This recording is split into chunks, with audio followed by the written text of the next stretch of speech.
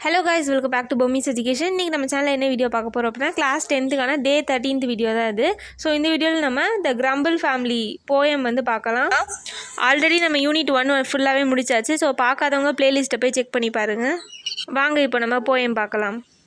யாரும் சந்திக்க விரும்பாத ஒரு குடும்பம் அங்கே உள்ளது.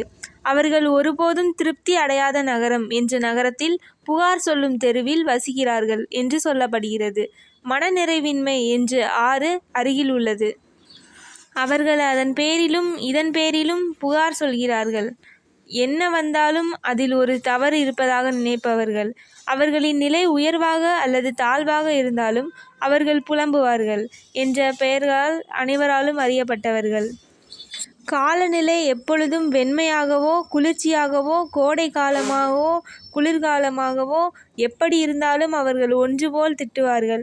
இருள் நிறைந்த அந்த புகார் சொல்லும் தெருவிற்கு சென்று இந்த நபர்களை சந்தித்தால் எதுவும் சரியாக நடக்காது. அவர்கள் மழையை கண்டாலும் வெயிலை கண்டாலும் புகார் சொல்வார்கள். அவர்களின் இந்த புகார் ஒருபோதும் முடிவடையாது. எது ஒன்று அவர்களை மகிழ்வித்தாலும் சந்தேகமின்றி அவர்கள் புலம்புவதற்கு ஒன்றும் இல்லையே என்று புகார் சொல்வார்கள்.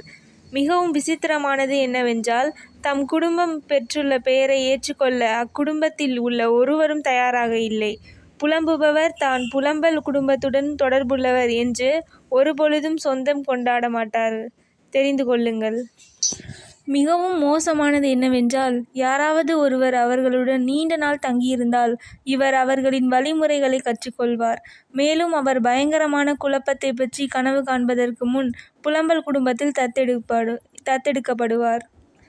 ஆகையால் நம்முடைய கால்களை புகார் சொல்லும் தெருவில் உலாவுவதில் இருந்து ஒதுக்கி வைத்து கொள்ள வேண்டும் என்பதுதான் புத்திசாலித்தனம். நாம் எதை செய்தாலும் ஒருபோதும் புகாரளிக்கக்கூடாது. இல்லாவிட்டால் நாம் புலம்புவர்களாக தவறாக புரிந்து கொள்ளப்படுவோம்.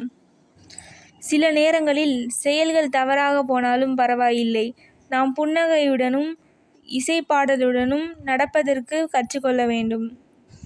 அதன்பின் நம்முடைய நிலை உயர்வாகவோ தாழ்வாகவோ இருந்தாலும் நாம் ஒருபோதும் புலம்பல் குடும்பத்தை சார்ந்தவராக இருக்க மாட்டோம்.